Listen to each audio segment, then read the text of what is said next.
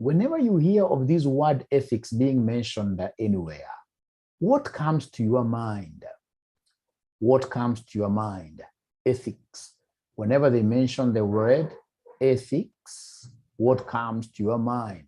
Can somebody in this case here define for us the word ethics before I really get to tell you? Yeah. If you're asked to define ethics, what do you tell us, ladies and gentlemen, do this school of thought of ethics talk about? Remember, ladies and gentlemen, this is quite deep for you. This is quite deep for you. We have two types of ethics here. We have what we call teleological ethics, teleological ethics, and then we have what we call deontological ethics. Now, assuming, ladies and gentlemen, that today,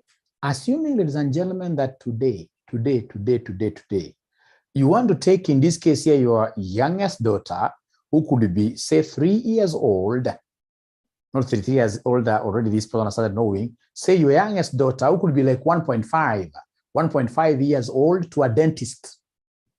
So of course, you will tell this young kid, today, we are going to see a dentist. This kid will want you to tell her whether, for example, tooth extraction is a painful thing. So takuuliza, mami, kutolewa meno ni uchungu. Utamjibu namna gani?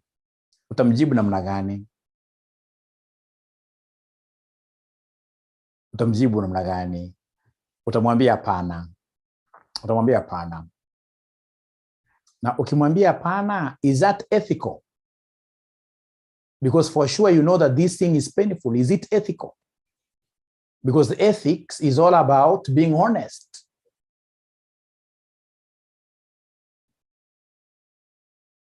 Being honest in all situations. Lakini ukimwambia te uchungu kadogo, is it true kama ni uchungu kadogo ama kutolewa meno is a very serious, a painful thing? Right? So in this case here, ladies and gentlemen, at times, we may be required to be a little bit dishonest so that at the end of the day, what matters is the end. The end in this case here will justify the means. So long as in this case here we've got some means to an end. What do we want to achieve? So then if that is the case, then that school of thought of ethics is called teleological. At times in this case here, I may be forced to lie simply because I would want to achieve some objective which is good. You see, the end of it is good. I would want this kid here to heal up. Right? The end is good, but in between here, the conduit here may not be right. Remember this story, ladies and gentlemen. Yeah, we shall give you the handout. Don't worry, we shall give you the handout. Remember this story of some gentleman. This gentleman, the gentleman here that I'm talking about, is all over in the media. I'll be able to send you a clip of this guy. This guy had a sick wife. The wife had some finite number of days she could live. She could only, in this case here, elongate her life on this world if she got some specific drug.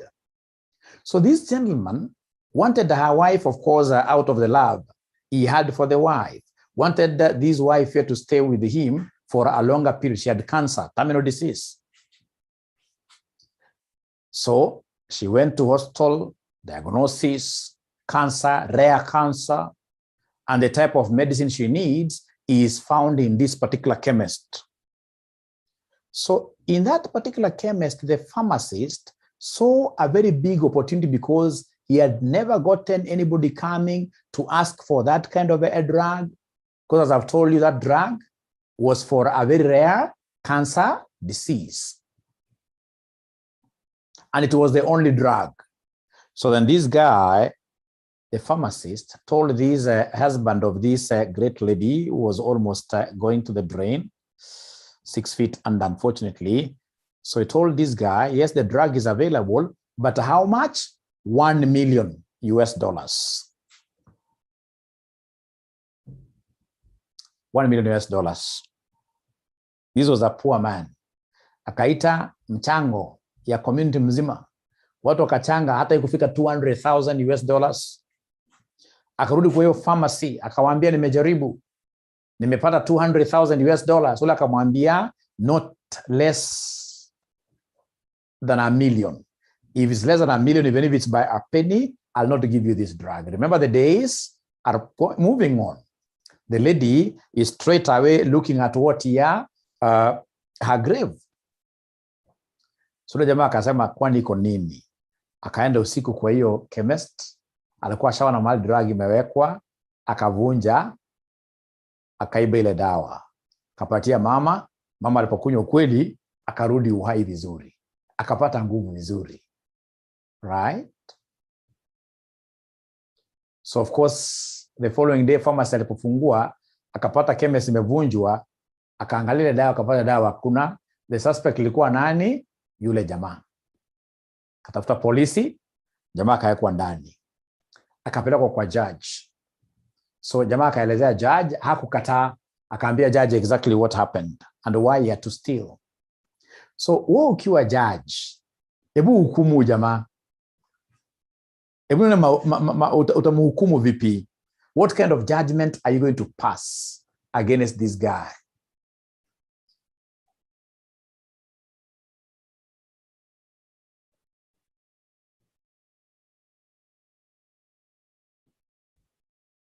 No, I said she will be lenient. But remember, he has stolen, not guilty. Has this person not stolen? Has this person not stolen? Has this person not stolen? So, all right. What at the end of the day, ladies and gentlemen, he took, but remember, he has not paid value for whatever he has consumed. Burglary. He's broken into somebody's business, right? So, ladies and gentlemen,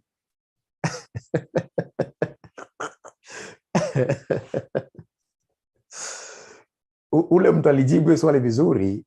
Yule aliniambia kwamba actually the best person to be jailed here is the pharmacist. The pharmacist. Yes, the pharmacist is the one in this case here to be jailed. But now, ladies and gentlemen, listen and listen to me very well. It is the end that matters. This is the school of thought called teleological ethics. The end that matters, right? In between here, I mean, we wanted this lady to be saved, right? It is the end that matters. Ladies and gentlemen, we'll come back to that story, although this is beyond your school. It's beyond your school of thought. For those of you who want to do like some executive MBA in whatever, where we teach ethics, right? We can easily land there. I'm so good in ethics. I love ethics so much because I know how good ethics is. So ethics in leadership. Ethics refers to the desirable and appropriate values and morals according to an individual or the society at large. So in this case, here, desirable values and morals, being morally upright. As a leader, you must be morally upright. Ethics deals with the purity of individuals and their intentions. People out there, people out here, of course, I know there is nobody here who is evil. People are what here so much evilish. We are looking at people who are ethical, should be people in these cases and gentlemen who are so pure at heart and so nice in all their intentions. Ethics serves as a guideline for analyzing what is good or bad in a specific scenario.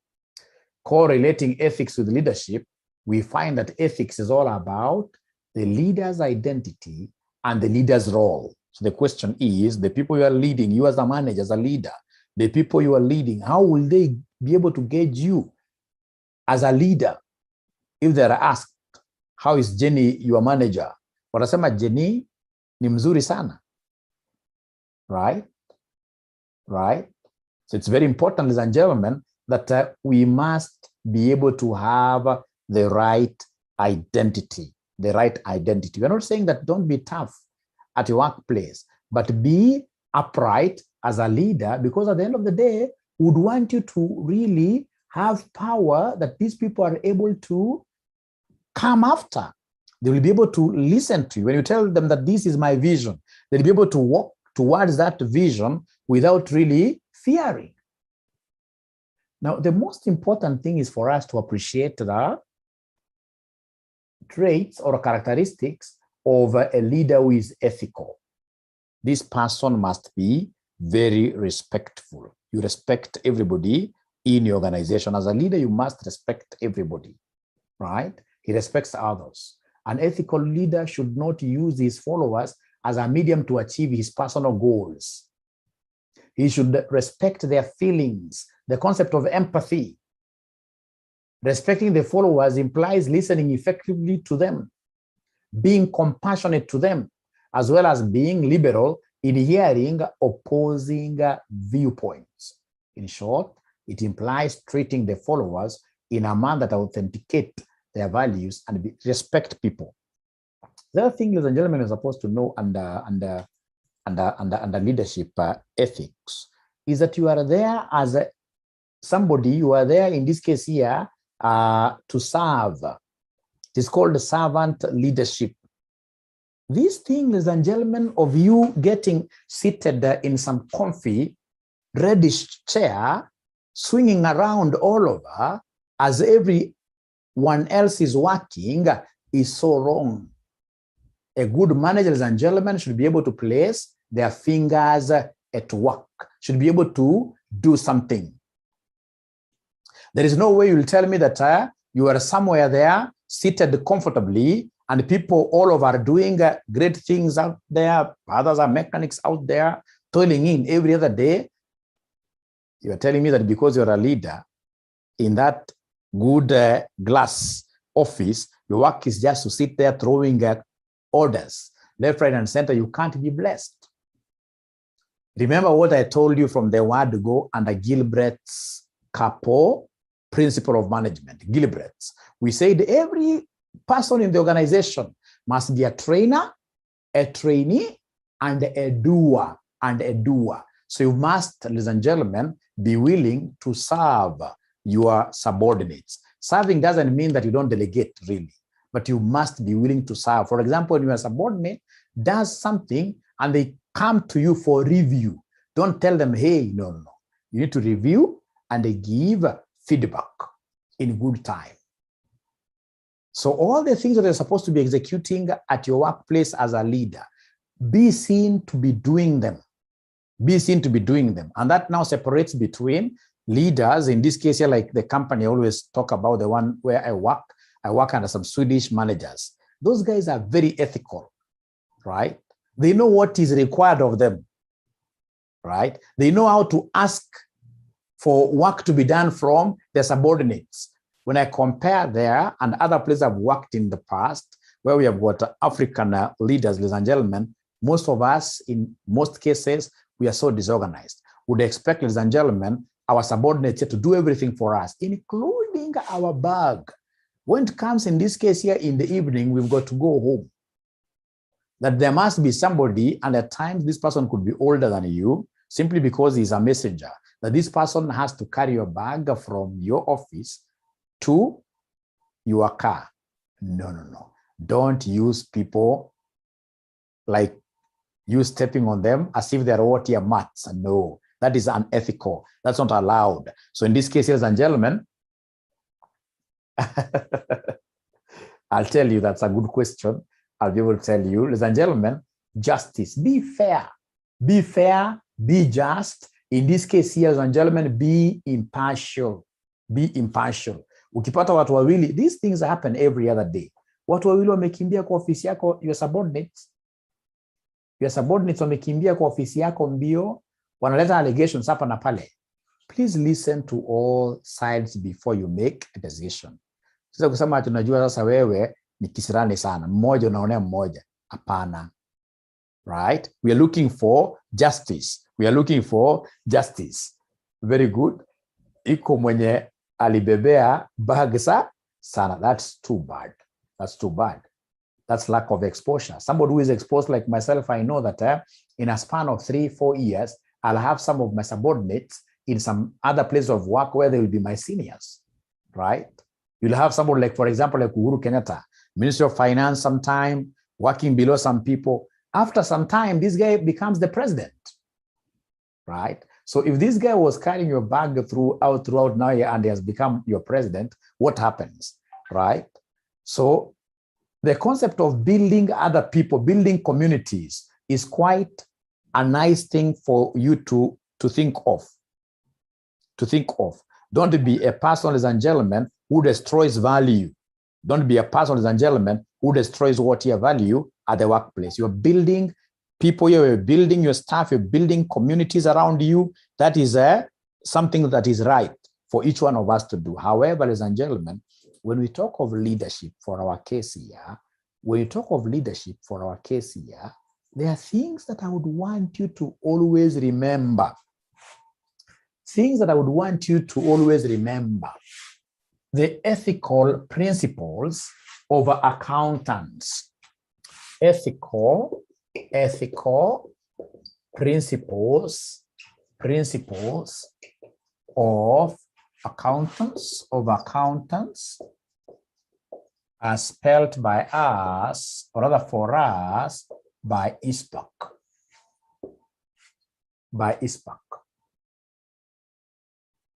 The first one, if you want, an accountant is a leader. At the workplace, an accountant, a senior accountant, finance manager, straight away, you become like a director.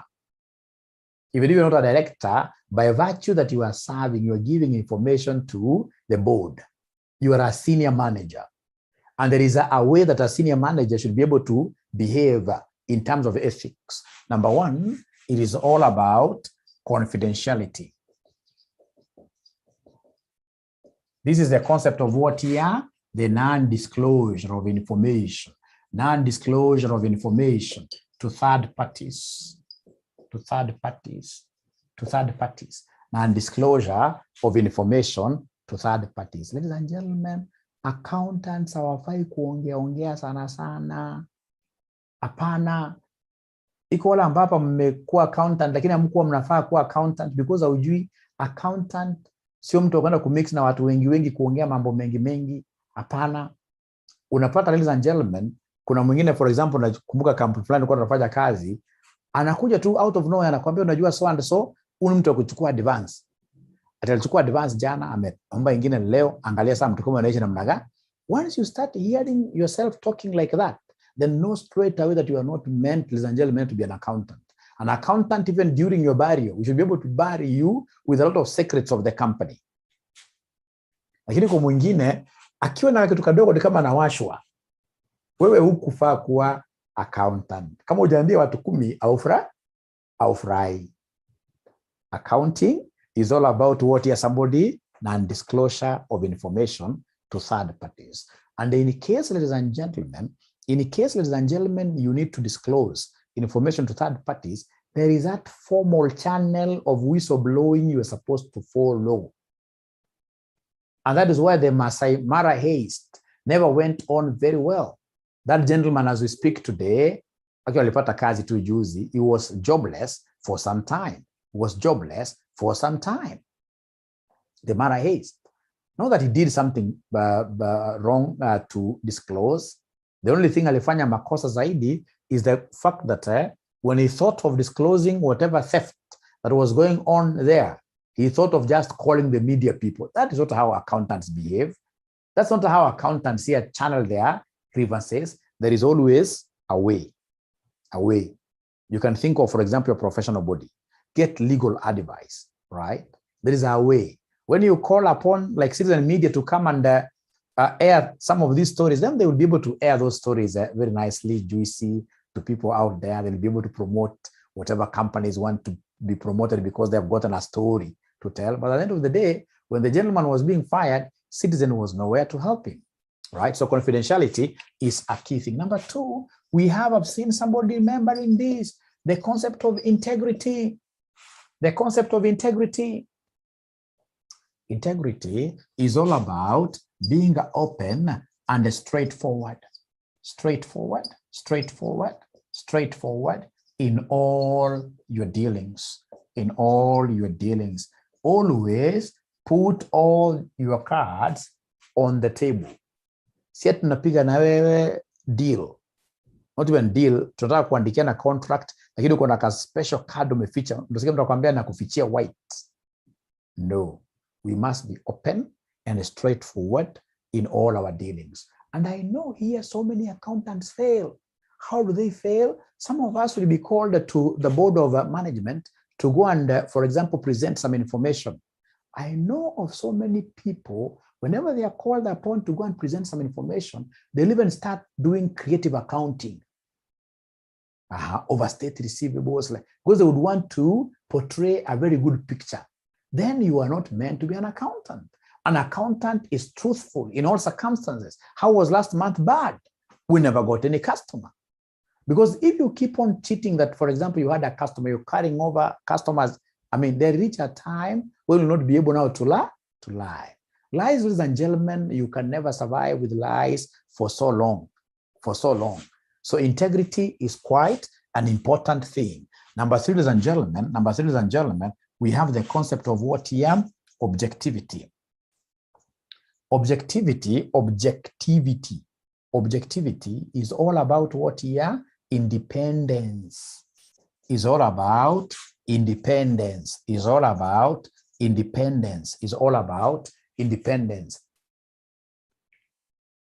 Right? Just like the example that I gave you. Ladies and gentlemen, we must exactly know that we should never try to take sides without really listening to both parties. So we must be very objective in whatever situation that we find ourselves. We must be very objective in whatever situation that we find ourselves. We are independent. When you are independent, ladies and gentlemen, it means that your pendulum can swing to either side depending on the evidence that is provided to us. The evidence. So it's evidence. Call upon witnesses, etc. So it means that if I get good evidence suggesting that this particular party never, so my pendulum should be able to swing there. So it's free. It's free. So I must be very objective in whatever that I do.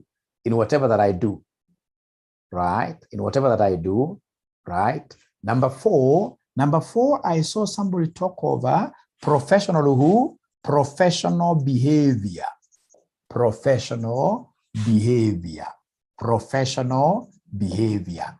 is what we call professional behavior. Ladies and gentlemen, remember, the way you behave as a leader in that company of yours should be in a way that at the end of the day, we shall have even the other leaders' credibility going up. People know that leaders of this company are good. How do we behave? Here, so many leaders down. So many leaders, ladies and gentlemen, they do not know in this case here how to handle what we call emotional. They don't have this emotional intelligence. They are not intelligent emotionally. Right? Hapa kuna a lot of misbehavior at the workplaces. Kwanza kwa universities ambazo nimefunza, misbehavior 100%. But the fact that you are a senior, for example, a senior gentleman somewhere, so you believe that any other lady who is around there should be yours. That is misbehavior. That's misbehavior. You need to know. Emotional intelligence is something that is quite important. Look at what, for example, is happening to the Ndishu brothers. Makosa kidogo tu, kutojizuia kidogo tu. Now the guys will be reduced to nothing. Right? And what are you chasing after all? How you behave here is so important. Don't discredit leadership in your organization. Now, this thing that I'm talking about, do you normally see it at your workplace, or I'm speaking my own things here? The thing that I'm talking about. You also know that there are some ladies also who are not very good. But the thing that I'm talking about here, is it there at the workplace? They're quite embarrassing, right? Quite embarrassing. Quite embarrassing. It puts you at a very compromising. How will you be able to continue leading now that lady after she tells you no? And maybe even goes ahead and escalates the matter. How will you look like? Right? Unfortunately, the kind of people, unfortunately, who do these things, again, are like us, married people. But we shall overcome. We shall overcome. We shall overcome. We shall overcome. Now, once you are a leader, remember, behavior is not about just sexual exploitation and predatory. No. Once you are a leader, ladies and gentlemen, there are things you need to start straight away running away from. Even these petty issues of what here? Corruption. Even if your juniors are doing them, wewe waachana na hiyo maneno kabisa. Ati mtu amekuja namna hii anakudunga ka 50. Juniors wako wameona, unadungwa ka 50, unadungwa ka 100, right? Ati kwa kampuni yako inajulikana kwamba huyu leader ati lazima aweze kuona invoice ya supplier, ati lazima upatiwe 100,000. Those are bad things. As a leader, we must know how to live within our means. Leadership, ladies and gentlemen, as I keep on telling you, is all about what your sacrifice is. Don't get out there and you start thinking that life is all about competing, that you want to be seen with a very big V8. After that, can you finance that lifestyle? Wanza kuibia watu wengine simply because you would want to have your children, in this case, you're going to abroad universities. If you can afford, no problem. Lakini kama ni kitu ya masupply unaonekana, mara ya mwisho, go to some of these, I told you when I was teaching you this personal finance thing. If you go to most of these prisons, you'll be surprised of the number of accountants who are there. People will use you. At the end of the day, it is you as an accountant who is doing what you're putting your signature there. At the end of the day, even if it's at retirement, you'll get yourself inside. Let everybody know that this person is a straightforward person. Don't misbehave. When you misbehave in such ways, ladies and gentlemen, straight away you are discrediting the entire organization. Let not you be known on issues of corruption. Ladies and gentlemen, most of these things I'm about to pursue in this world, they are vanities. When I was teaching you personal finance, tuliangalia nyumba ya Tuju. Mnakumbuka iko mwanafunzi hapa ameshaona nyumba ya Tuju kweli? Iko mwanafunzi hapa ameshaona nyumba ya Tuju, it's palatial. It's a very big house. It's like a state house. Amuongei sana leo. Amuongeza. Iko mwanafunzi hapa ashaona nyumba ya Tuju kweli kwa news. Kwa news ama wherever. Ama watu wanaweza Google Tuju's home. Right? Tuju's home. Right? That thing, ladies and gentlemen, is so big. So big. Lakini unapata mama kwa nyumba, anamwacha, anatoroka. Anatorokea nani? Askari. Askari who is a constable. Who is a constable. Ama mama anawacha Mutua, the governor, anaenda kwa Kajama akakuimba. So, and that is why I'm telling that these things, unafaa uziangalie very objectively from the word go. Now that I know most of you are still at your initial stages of starting careers. Usiingie mambo ya wizi. At the end of the day, these things are vanities. So, hata ukijenga nyumba iko na bedroom 12, can you sleep in 2 bedrooms at a time?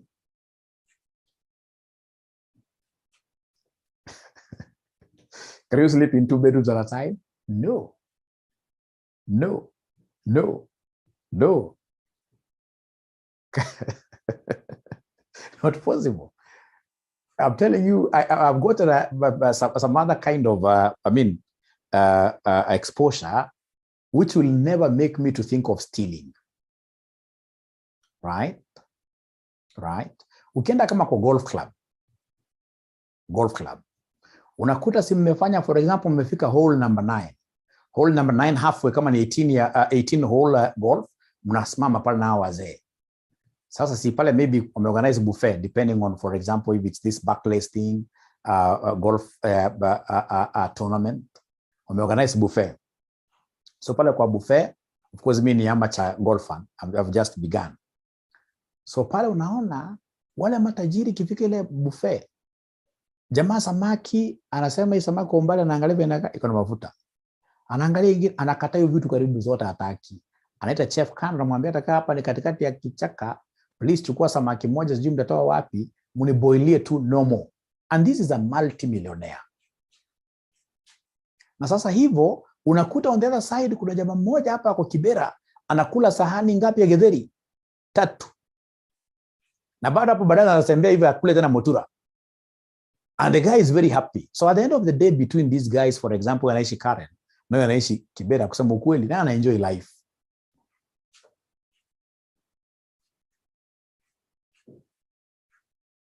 Am I telling my students in this case, ladies and gentlemen, am I telling, ladies and gentlemen, my students here to be lazy? No. The only thing that I want you guys to start knowing that it is okay to just be contented with whatever you are getting. It's okay, right? It's okay. You don't have to steal anybody's money, right? Unaenda, for example, unapata daktari. Daktari ameshaona huyu mtu kabisa, anaenda kupata, ameenda kufa. Huu ni cancer case, ni very advanced, stage 4. The same doctor, ameshaangalia hii hali ya huyu mwanaume ama hali ya huyu mama, ni maskini huyu. Lakini the same doctor anatake ignorance ya family.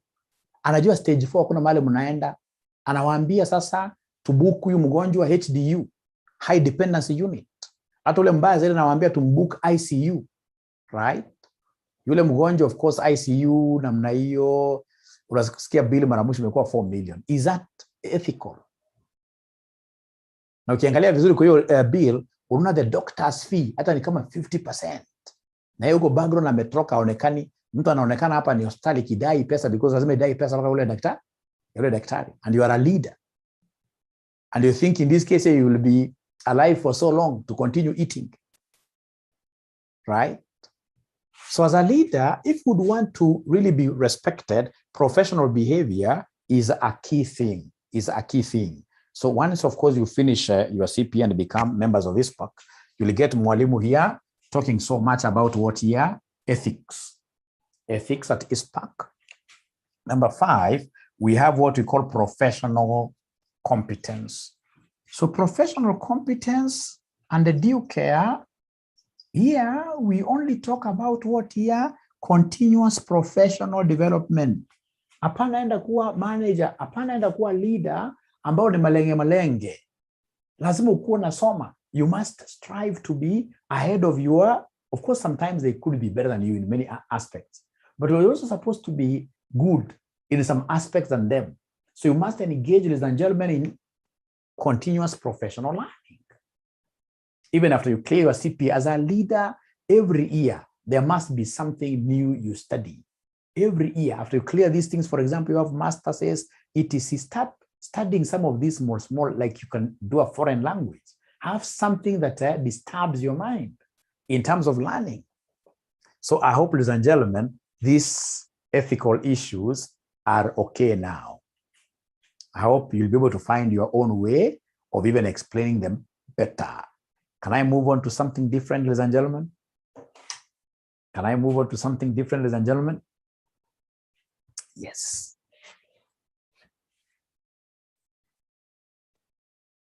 You know, like the professional behavior here, you'll get a manager who books a meeting.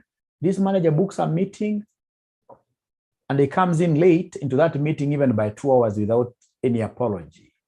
And you think that you've done something that you deserve people to clap for you. You'll pay for that dearly.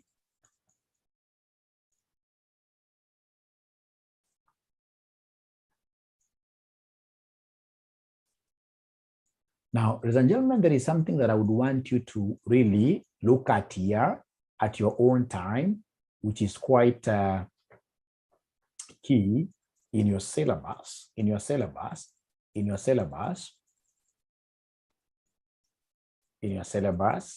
this concept of conflict resolution. Conflicts will always occur at the workplace. How do you get to be a problem solver as a manager? Which kind of mechanisms are you going to put in place to ensure that disputes, in this case here, will be settled, and perhaps they may not occur in the future. So here, if you look at your course outline, they want you to know the concept of conciliation, mediation, arbitration,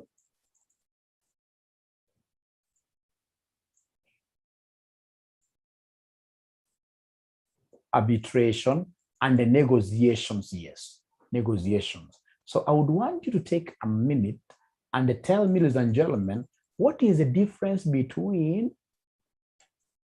arbitration? What is the difference between arbitration and the mediation? You must have heard of these terminologies out there. What is the difference between arbitration and mediation? Please, even if it's Googling, I want to hear this from you.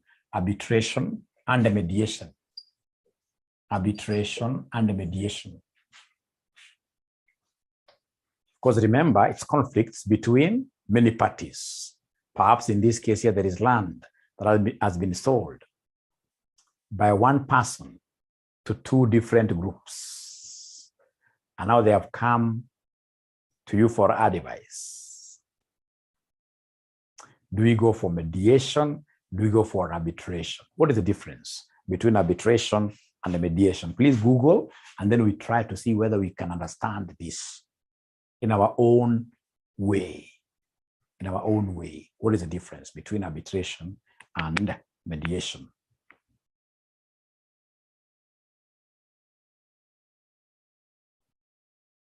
I would really, really love to read. Actually, I've gone down just to look for your answers. Arbitration. Perhaps to give you some heads up, one of them is a court process.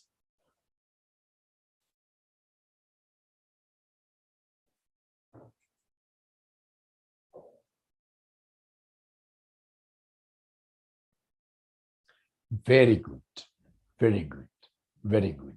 You see, like now we are being told a mediator helps parties negotiate a settlement that will satisfy all parties. A mediator does not decide a dispute. But when it comes to arbitration, an arbitrator is a judge. An arbitrator is a judge, ladies and gentlemen. Arbitration is more like a court out of what here, out of our judiciary. Outside our judiciary, but it acts like a court. And that is why whenever an arbitrator makes a judgment, and one of the parties is unsatisfied, you don't go to the high court. You go to the court of appeal. You appeal in the court of appeal. So an arbitrator is more of what here, like a judge. And actually, most of the arbitrators are registered what here? Advocates. Mediation, of course, ladies and gentlemen, you are bringing together two parties, basically to give these parties a platform to vent. Perhaps these two parties have never gotten a chance of sitting down together so that they can agree between themselves. You're bringing these parties together, right?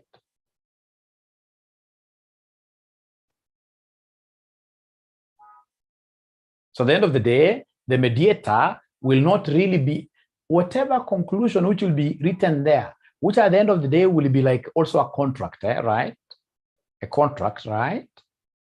It will not be a resolution of the mediator. It's not the mediator who has given that judgment. No.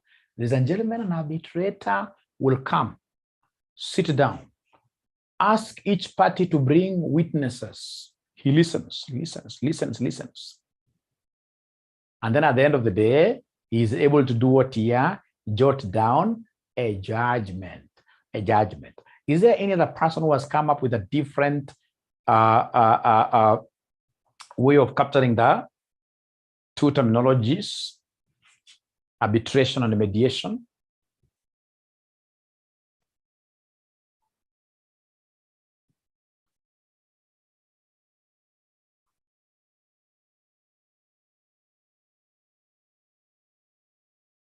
but they don't get so much tired. You'll be surprised. I'm going to leave you guys here live in very few minutes. Trust you me. I told you today's class is going to be very, very, very, very, very, very short and interesting. Interesting.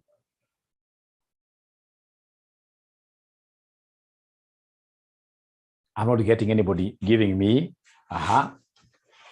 Yes, a mediator does not decide the dispute. I like that. There are other definitions. There are other definitions up here. How comes I could not see this? I'm not so nice. I'm not so nice. It is the same one that was given to us by Jesse. So I expect someone else in this case here to really come and give us another angle to look at the differences between arbitration and mediation.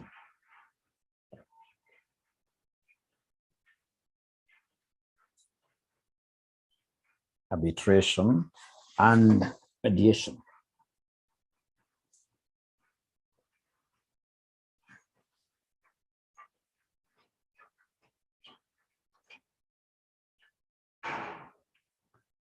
Great, thanks. I can see a message. I can see a message. Now, this thing is all about, like I showed you yesterday, it's all about having a broad and a deep understanding. Once you have a broad and deep understanding, then things will be okay. Things will be so much okay. So you're being told here by somebody, arbitration is a formal process and can follow similar procedures to court proceedings, where witnesses can be called and evidence can be presented to argue the parties' respective cases. Is going to conciliation is an informal process and normally involves a round table discussion. Thank you very much. He brought in something quite interesting called the conciliation. Conciliation. And the conciliation is quite informal, just like mediation. Conciliation, a conciliator will try to reconcile two parties. We shall put them on a round table. Again, for conciliation, we are basically giving these two parties, especially whenever, ladies and gentlemen, like couples, most couples will go through some conciliation process whenever they have issues. Whenever they have issues, they'll go through some conciliation exercise. So what is the difference then between conciliation, or are they the same, and the mediation? Are they the same? Somebody, that is your research. That is your area. What is the difference between conciliation and mediation? Conciliation and mediation. Conciliation and mediation. Conciliation and mediation. What is the difference?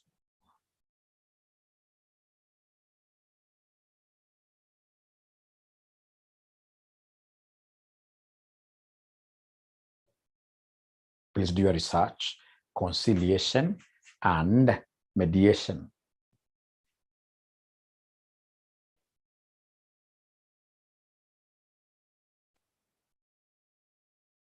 I'm waiting.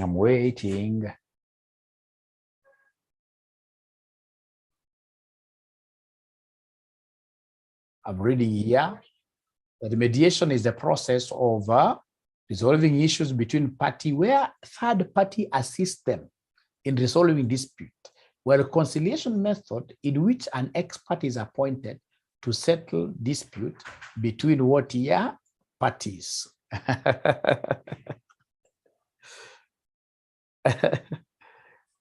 Lynette says, mediation is a form of alternative dispute outside the court.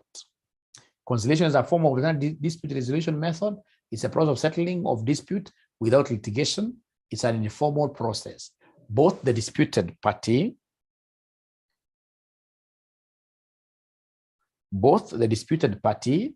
appoint a conciliator to resolve their dispute, and a conciliator tries to settle the dispute.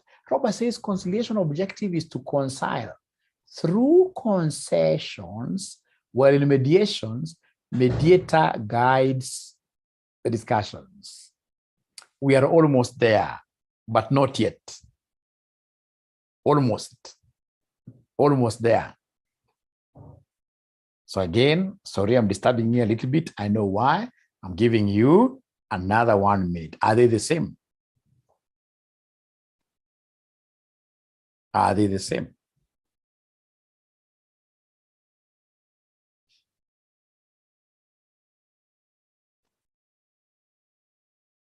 There's really a very thin line between them.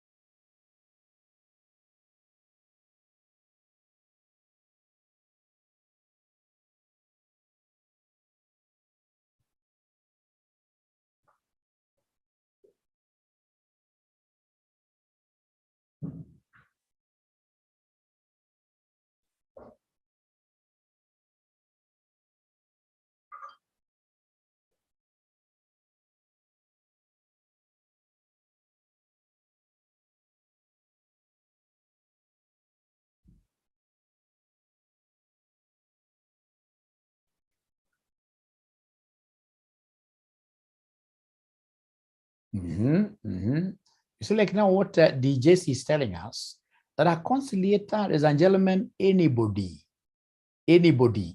out there can carry this. It does not follow a structure. But mediation is something, ladies and gentlemen, that is so structured, right? For conciliation, so long as you're a good negotiator, hata kama unaenda shule ya mtu, you'll be able to do what here, you'll be able to really hack it, so long as you are a good negotiator. Right? And then remember the conciliations, for you to be able to reconcile, ladies and gentlemen, there must be some sacrifices you guys are going to make. Right? Everybody must be able to see the ground and watch hii, mwingine awache hii, for you to meet at the middle. So Penna is telling us, with conciliation, the conciliator will play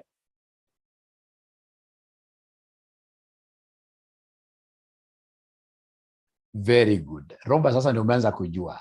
You see, conciliation, ladies and gentlemen, is all about being able to tell each of these parties here to see the ground. Where wacha hii, ule mwingine wacha hii. By the time in this case here we are coming to meet here at the round table, it's like we have already accepted. Right? But you see, mediation and arbitration are quite similar as well. Because under mediation, ladies and gentlemen, we're going to put these two parties together. Right? Only that arbitration is a high level. Whatever you agree there, at the end of the day, the arbitrator will be able to provide a judgment. So as Robert is telling us, ladies and gentlemen, mediation shall be meeting the two teams together. Actually, the mediator should be seen to be very impartial. Lakini ya conciliator, tunamjua, ni kama ule wa ile game theory. Conciliator tunajua ameenda kuula akamwambia ule bla bla bla. Ameenda kwa wala ka negotiate now kando. For reconciliation to happen, ladies and gentlemen, there must be sacrifices.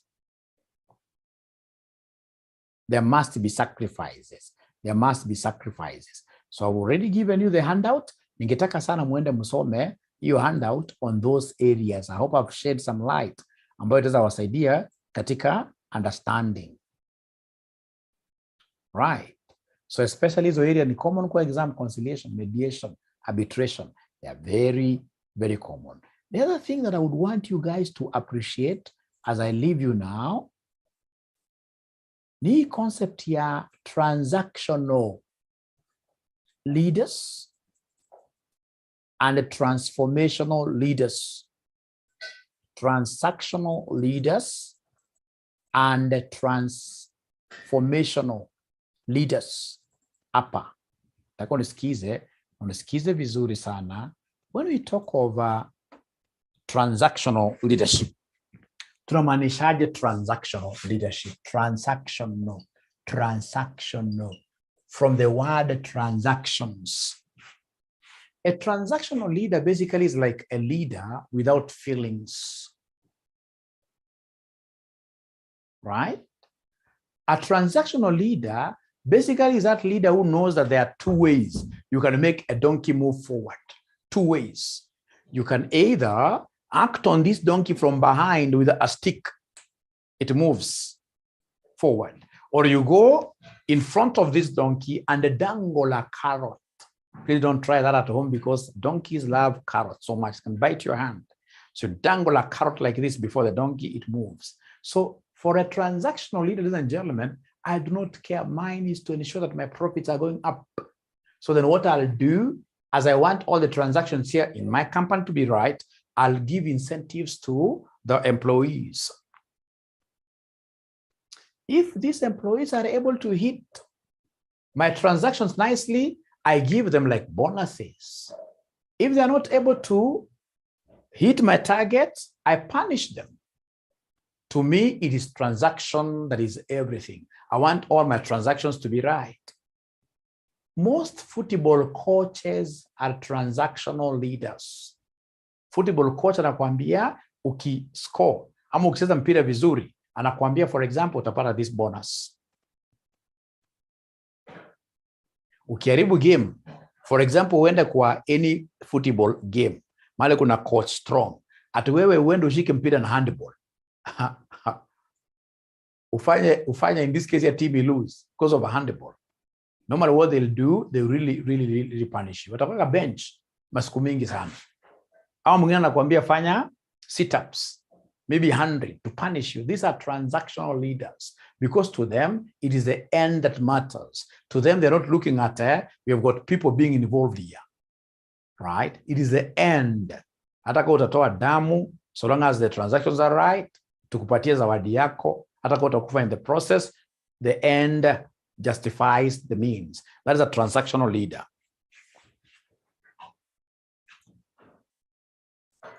So we are told that transactional leadership promotes compliance with existing organizational goals and performance expectations through supervision, yes, and the use of rewards and punishments. Transactional leaders are task and outcome oriented, especially effective under strict time and resource constraints and in highly specified projects. This approach adheres to status quo and employs a form of management that pays close attention to how employees perform their tasks.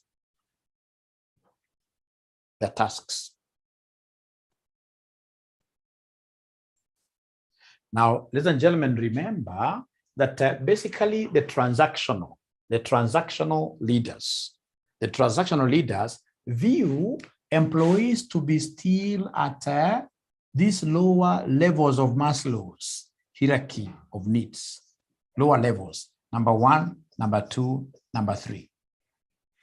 They think that these guys are only motivated by the first 3. So when you give them money, they'll be able to think about what your shelter, protection, right? Safety needs. They need to be loved, right? Transactional. But now when we talk of transformational leaders, ladies and gentlemen, we know that now our people are operating in these 2, right? The concept of what here esteem and what here self-actualization. When you are at self-esteem and of course a self-actualization up there, you are no longer looking at money. It is not money that will be able to tell you what to do. No, someone will be able to give you 2 million and tell them, no, I don't want that money. So, and a transformation is all about what vision do I have? It's all about being able to sell your vision and get people supporting you without giving them any money. So on a transformational leadership, like we have Barack Obama, anasema, yes, we can. How many people fought for the yes, we can slogan? They were able to see it clearly, right? In Kenya here, is there any person, you guys amongst all leaders, you'll be able to say he's a transformational leader? He comes up with ideas and people are able to follow really through without using money, or rather, even if they use money,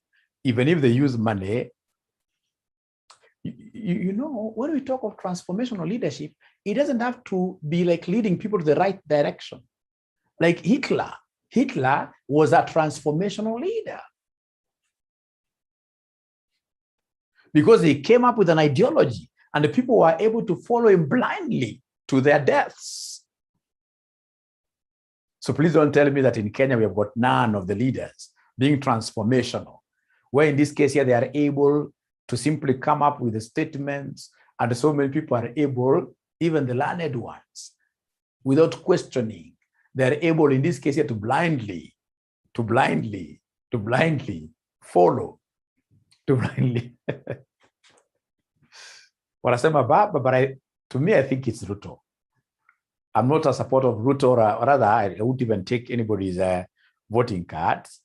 voters card, right? But there are those people who will come. You see, like, mtu anakuja anawaambia sasa vijana nita provide kazi 4 million, right? And he has been able to distance himself from the government that is currently drawing what year salary. Some mtu amejea kwa shida hapo ni baba. Baba anasemekana ni ameari. Huyu ameharibu all through. I'm not against anybody. Please get my point here. My point is that this person has come up with a slogan. He's calling it what here? Bottoms up. As much as he's giving money, I'm aware that he is giving money in some places, but trust you me, kama kuna mahali nilienda hapa nikashangaa sana. Hawezi ongea mbaya kuhusu Ruto, na hata hawezi amini. Yaani jamaa wanaona kama huyu jamaa akiingia hiyo kiti ni kama kutoka na free manna from heaven. I don't know. My point is, that is what we call transformational. This guy used to be in this particular area in Jubilee government, but he has been able to, to transform is to change significantly, right? Right? He's been able to change himself, and of course, ladies and gentlemen, distanced himself from this particular thing that is going down to a level again where people are able to praise him, meaning that he'll be able to get, I don't know, right? Transformational. The thing is, where people are able to work for you simply because they would want you to raise their status, simply because, ladies and gentlemen, they believe that whatever idea you have is so nice, they can support it. So you're told transformational leadership. Transformational leadership focuses on increasing employee motivation and engagement, and attempts to link employees' sense of self with the organizational values. This leadership style emphasizing leading by example, so followers can identify with the leader's vision and the values. A transformational approach focuses on individual strengths and the weaknesses of employees, and on enhancing their capabilities and their commitment to organizational goals. I'll be able to get, ladies and gentlemen, a better description for this. Let me see whether it's here. I don't believe these are very good. No. I'll be able to get something better for that. So that is one thing that I would want you even to go and help me in this case here to do what here? To research on.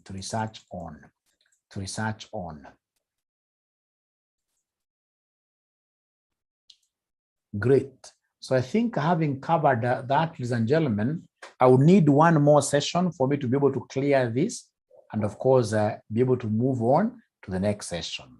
I believe, ladies and gentlemen, we have covered what is enough for you today. What I'll do, I owe you a few minutes here. I'll be able to even shoot a video regarding this and send it to you. It's about quality, it's not about quantity. Otherwise, thank you very much. Bye-bye. See you tomorrow for advanced financial management. Bye. Good night.